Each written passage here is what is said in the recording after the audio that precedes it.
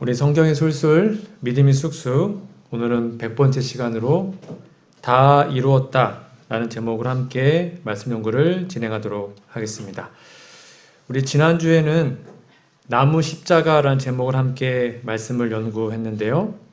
메시아는 그냥 죽으면 안 됐고 반드시 나무에 달려 죽어야만 했습니다. 근데 그 나무에 달린다는 것의 의미가 신명기 21장 22절, 23절에 했습니다. 21, 22, 23 이렇게 외우시면 돼요. 나무에 달린 자마다 하나님께 저주를 받았음이니라. 이 저주는 말 그대로 둘째 사망, 그러니까 존재 자체가 사라지는 완벽한 멸망을 의미하죠. 예수님이 우리 위해 죽으신 것은 둘째 사망을 대신 당하신 것으로 여러분들이 이해하시면 됩니다. 그래서 예수님은 십자가에 달려서 돌아가심으로 사람들의 대언자, 즉 언약 보증인으로 돌아가셨고요. 결국 그 예수님의 십자가의 죽음을 통하여 우리는 구원을 얻게 된 것입니다. 이것이 가장 중요한 십자가의 의미임을 여러분 다시 한번 잘 기억하시면 좋겠습니다. 자, 오늘은 나무 십자가 언약적 의미에서 중점을 두고 십자가를 살펴보았는데, 오늘은 예수님이 십자가 위에서 남기신 소위 말하는 가상 7언이라는 말씀이 있습니다. 이 가상이 뭐냐면 십자가 위에서 예수님께서 하셨던 말씀이 7가지 말씀이 있어요. 이거를 일일이 다 할 수는 없지만 요거 갖고 이제 시리즈로도 많이 모세님들 하시는데요. 십자가 위에 남긴 7마디의 말씀이 이렇게 정리할 수 있습니다. 아버지여 저희를 사하 주옵소서. 자기 하는 것을 알지 못함이니이다. 내가 진실로 내게 이르노니 오늘 내가 나와 함께 낙원에 있으리라. 여자여 보소서 아들이니이다. 보라 내 어머니다. 엘리 엘리 라마 사박다니 나의 하나님 어찌하여 나를 버리셨나이까. 내가 목마르다 다 이루었다. 아버지여 내 영혼을 아버지 손에 부탁하나이다. 요 7가지가 예수님께서 십자가 위에서 하셨던 가상 7언.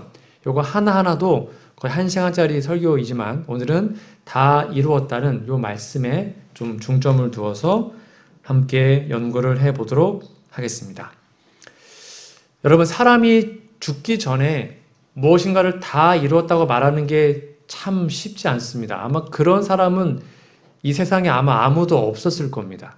유일한 분이 바로 예수님이셨죠.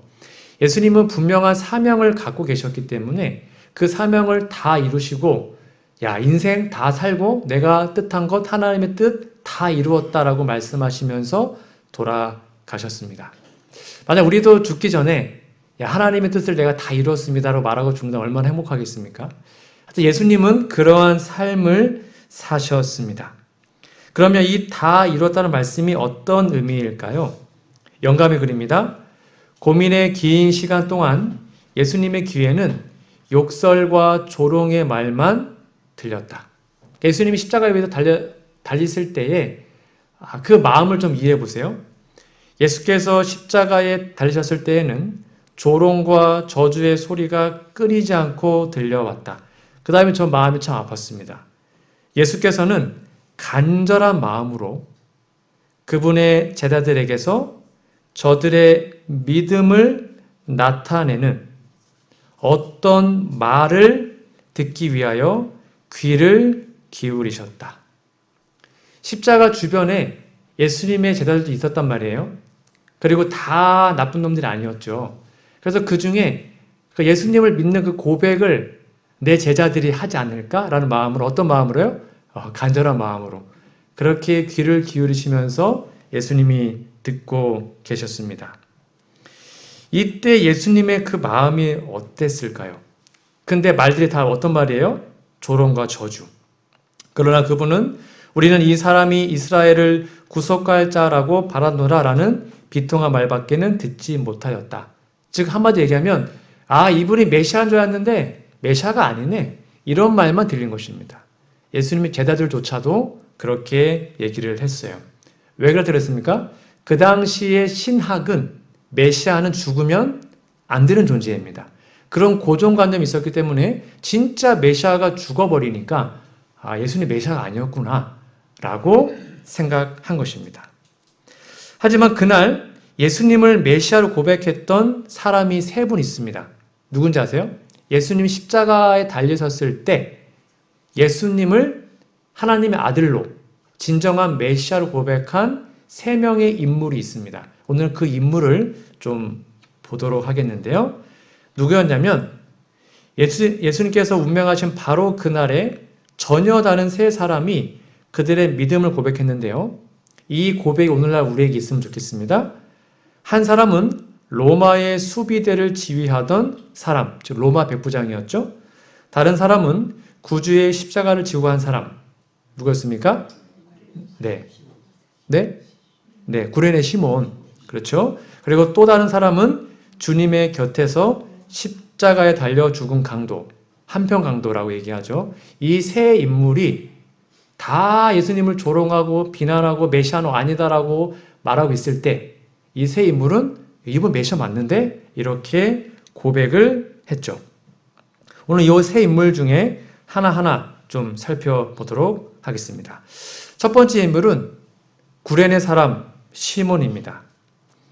마가복음 15장 21절에 보면 마침 알렉산더와 루포의 아비인 구레네 사람 시몬이 시골로서 와서 지나가는데 저희가 그를, 여기 중요합니다, 억지로 같이 가게 하여 예수의 십자가를 지우고 라고 기록합니다.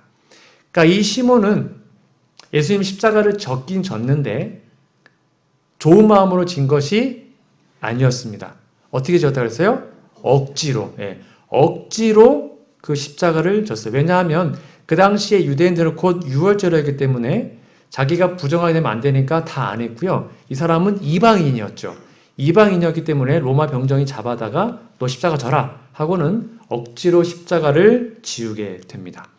이 부분을 이렇게 설명합니다. 그때 시골에서 올라오던 이방인인 구레네 사람 시몬이 군중들과 마주쳤다. 그는 군중들이 퍼붓는 욕설과 조소를 들었다. 그는 멸시하는 말투로 유대인의 왕을 위하여 길을 비키라고 외치는 소리를 여러 번 들었다. 그는 이러한 광경을 보고 몹시 놀라서 발길을 멈추었다.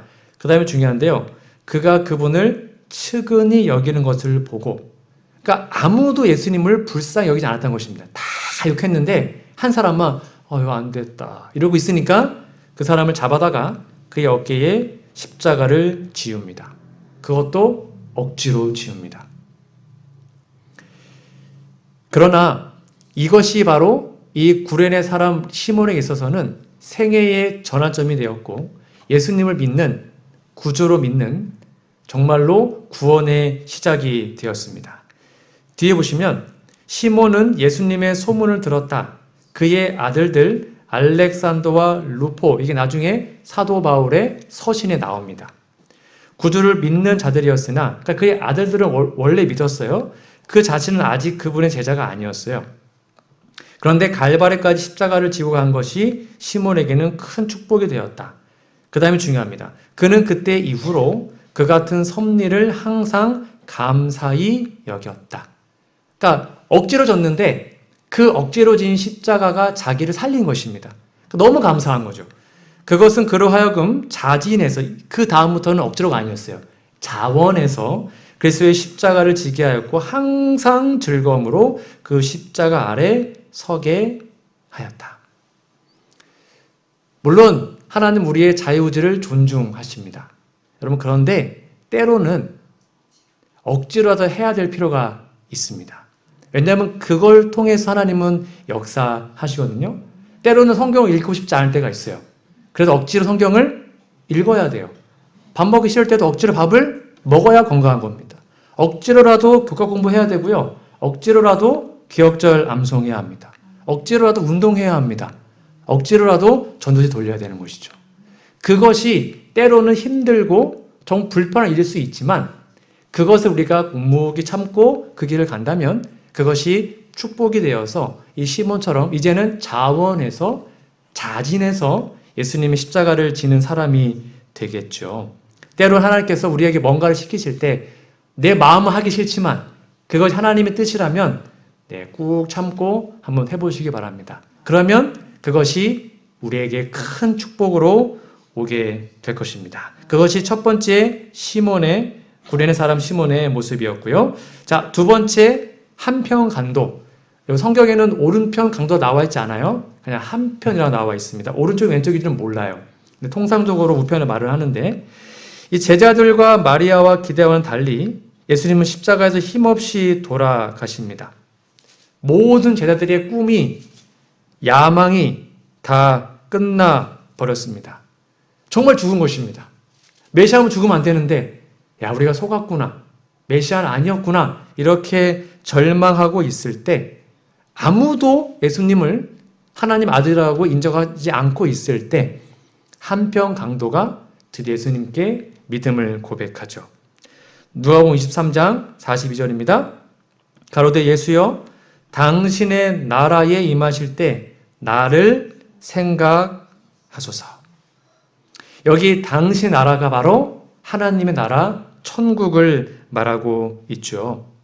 즉 이 강도는 예수님이 비록 지금 죽어가지만 결국 천국 하나님 나라에서 임하실 때 무슨 말이에요? 왕으로 임하시는 하나님의 아들 메시아 그분으로 믿었던 것입니다.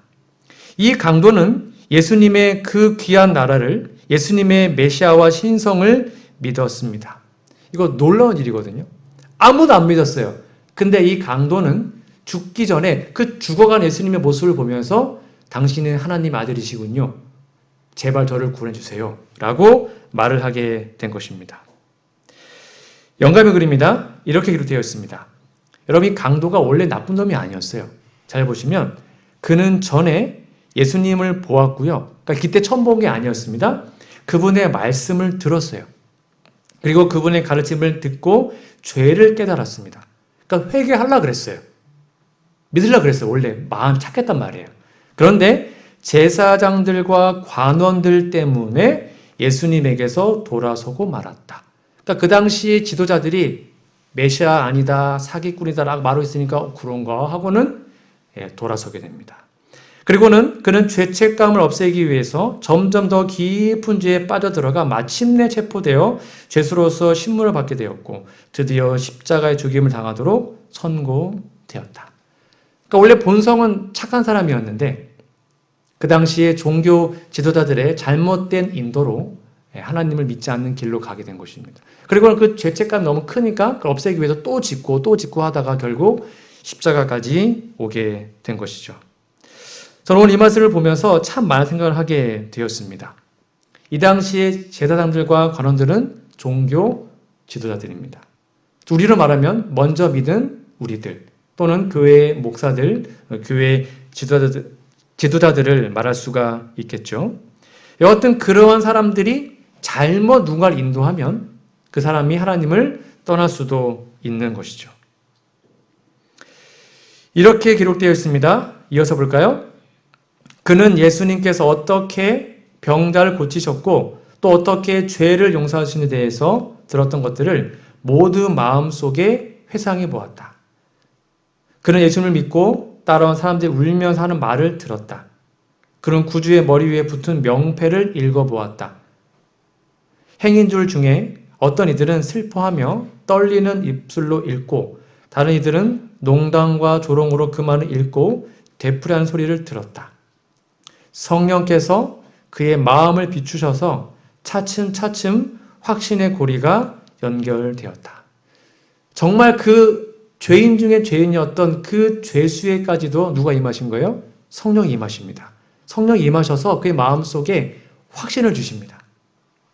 상처를 입으시고 조롱을 당하시고 십자가에 달리신 예수님에게서 그는 세상 죄를 지고 가는 하나님의 어린 양을 발견했다.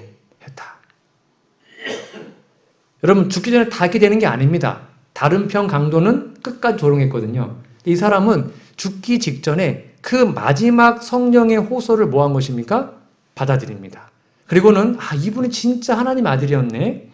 희망 없이 죽어가던 그 영혼이 죽어가시는 구주께 자신을 맡길 때 참 멋지지 않습니까? 그의 목소리에는 고민과 희망이 뒤섞이게 되었다.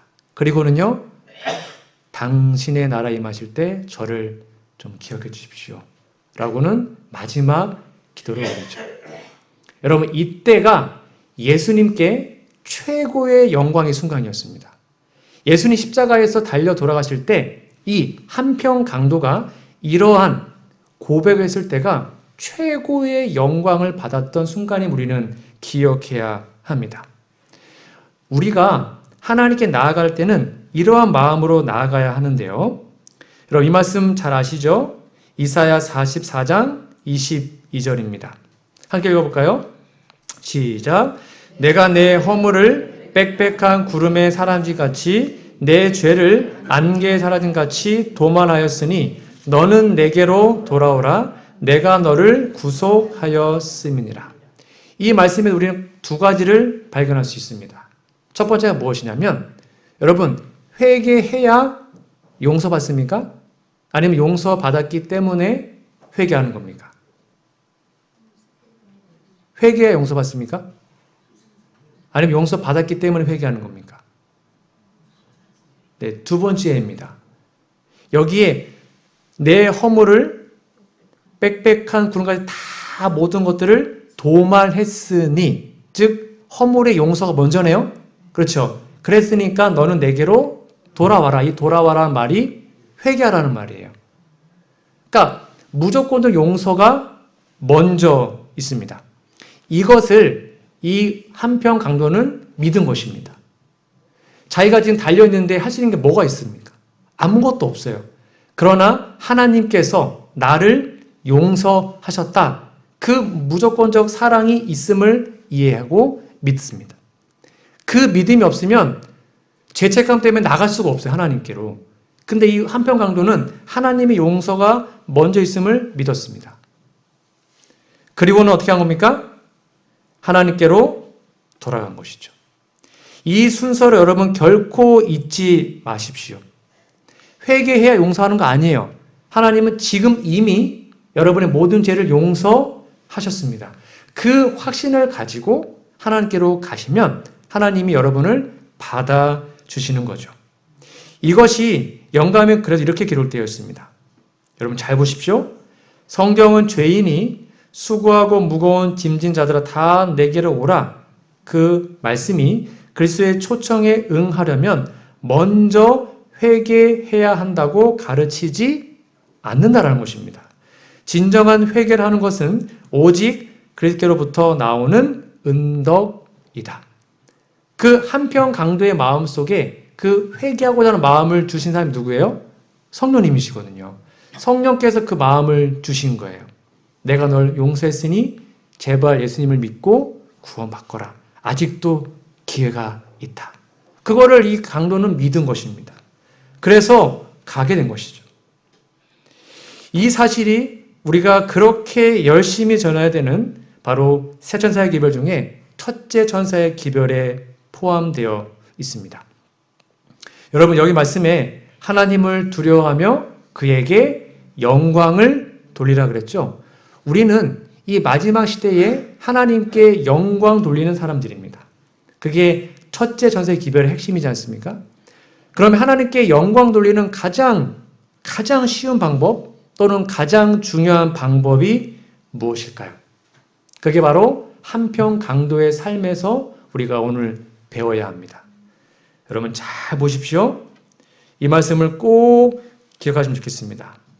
예수께서 약속에 말씀하실 때 십자가를 덮고 있던 어두운 구름 속으로 밝고 활기찬 광선이 뚫고 들어왔다.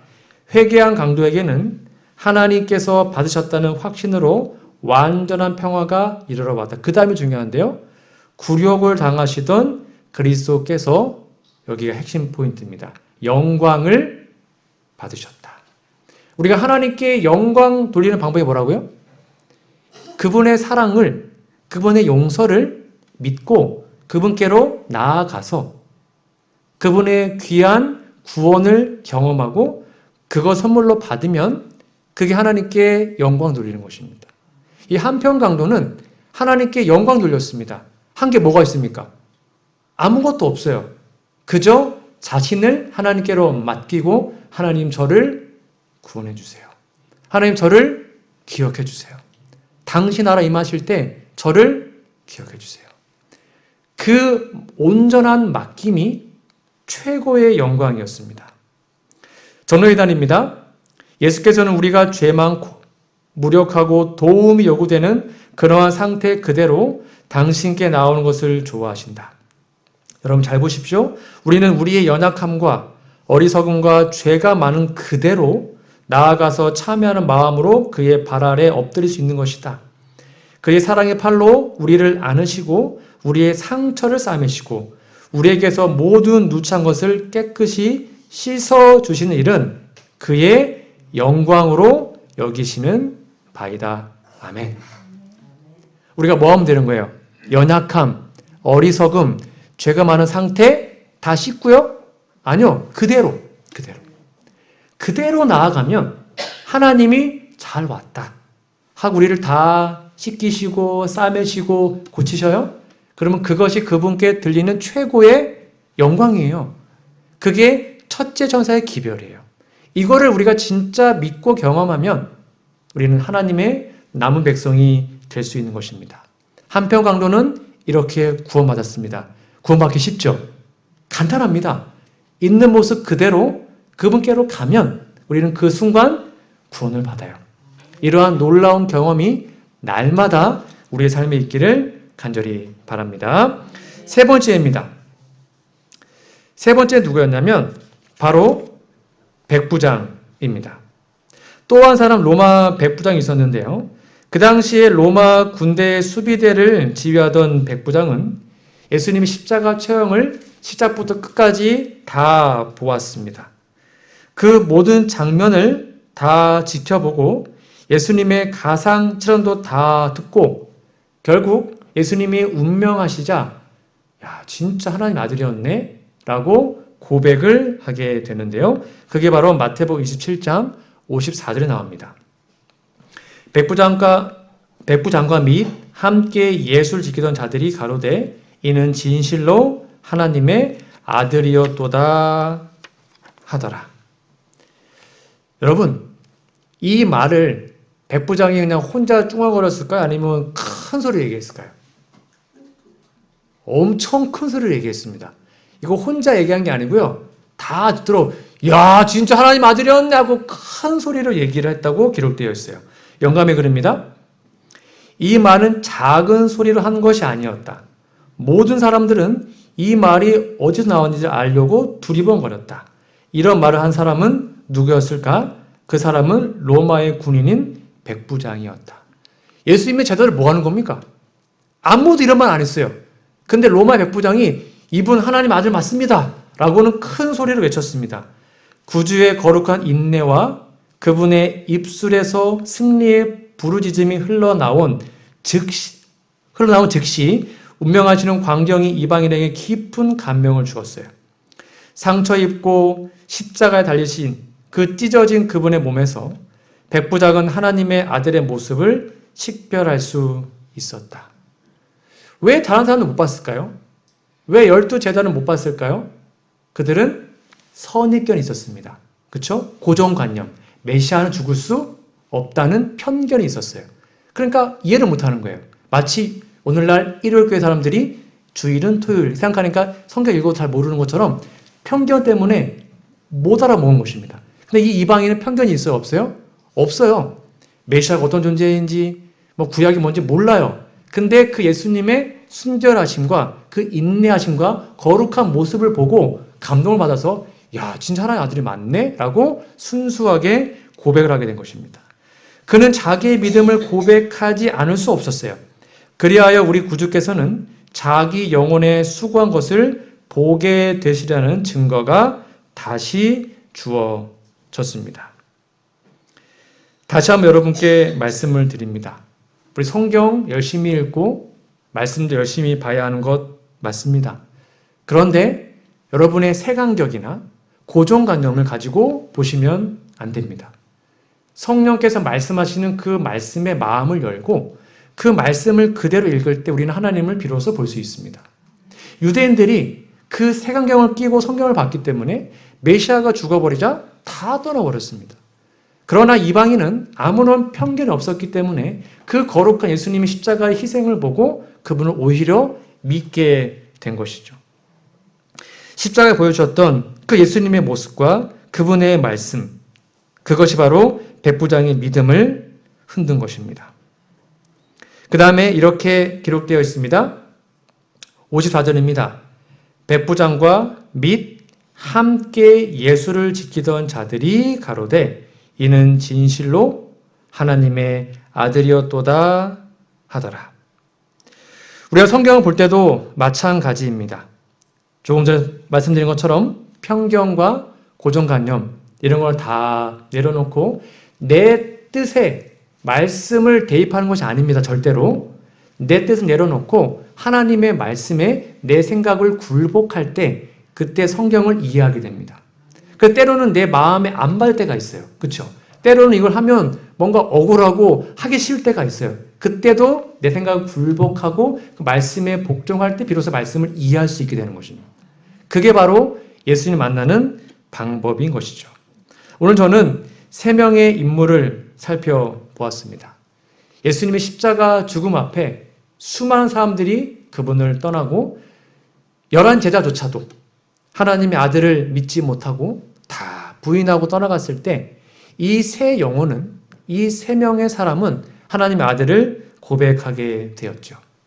첫 번째, 구레네 시몬. 우리가 무엇을 배워야 합니까? 억지로라도 십자가를 지십시오. 억지로라도 하나님의 말씀이면 한번 순종해 보십시오. 이해되지 않더라도 하나님께서 하라 하시면 해보는 겁니다. 그것이 우리를 살릴 수 있어요. 이 시몬도 억지로 십자가를 졌지만 결국 그 십자가가 자기를 살리는 사람이 된 것입니다. 한평강도 우리는 무엇을 배울 수 있습니까? 있는 모습 그대로. 그냥 죄 많고 부족하고 더럽고 추한 모습 그대로 예수께로 가시면 그 예수님이 우리의 모든 것을 치료하시고 우리를 구원하시는, 그래서 하나님께 영광 돌리는 삶을 살 수 있게 되는 것이죠. 여러분 생각해 보세요. 이 한평강도도 옷 다 벗고 있었거든요. 빨개 벗고 있었어요. 이제 조금 있으면 죽어요. 절망할 수 있죠. 근데 그 마지막 희망의 끈을 놓지 않았어요. 그래서 구원받은 것입니다. 우리도 때로는 사탄이 우리의 마음을 계속 괴롭힙니다. 네가 구원할 수 있겠어? 그래 갖고 안 돼. 계속 우리를 절망시키고 우리의 모습을 보게 합니다. 네, 내 모습을 보면 추하죠. 더럽죠. 그러니까 우리는 예수님이 더 필요한 것입니다. 그 순간 그 모습 그대로 그냥 나아가기만 하면 예수님은 우리를 싸매시고 구원하시고 우리를 회복해 주시는 것입니다. 그것을 한평강도의 모습에서 배우셔야 되고요. 마지막 로마 백부장이 우리는 뭘 배울 수 있을까요? 남의 눈치 보지 말고 편견 없이 하나님을 믿으십시오. 이 사람이 당당하게 고백했습니다. 눈치 안 봤습니다. 다 조롱할 때 하나님 아들 맞습니다라고 고백을 했고 그 다음에 아무런 고정관념 없이 하나님을 만났던 것이죠. 우리에게 이러한 믿음이 필요합니다. 아무쪼록 이렇게 예수께서 우리 위해 돌아가셨지만 이 세 분의 귀한 사람들의 믿음을 본받아 우리도 구레네 시몬처럼 한평강도처럼 그리고 로마 백부장처럼 예수님은 날마다 시인하고 믿음으로 진정한 구원을 경험하는 우리 모두가 되기를 간절히 바라며 오늘 말씀 연구를 마치도록 하겠습니다.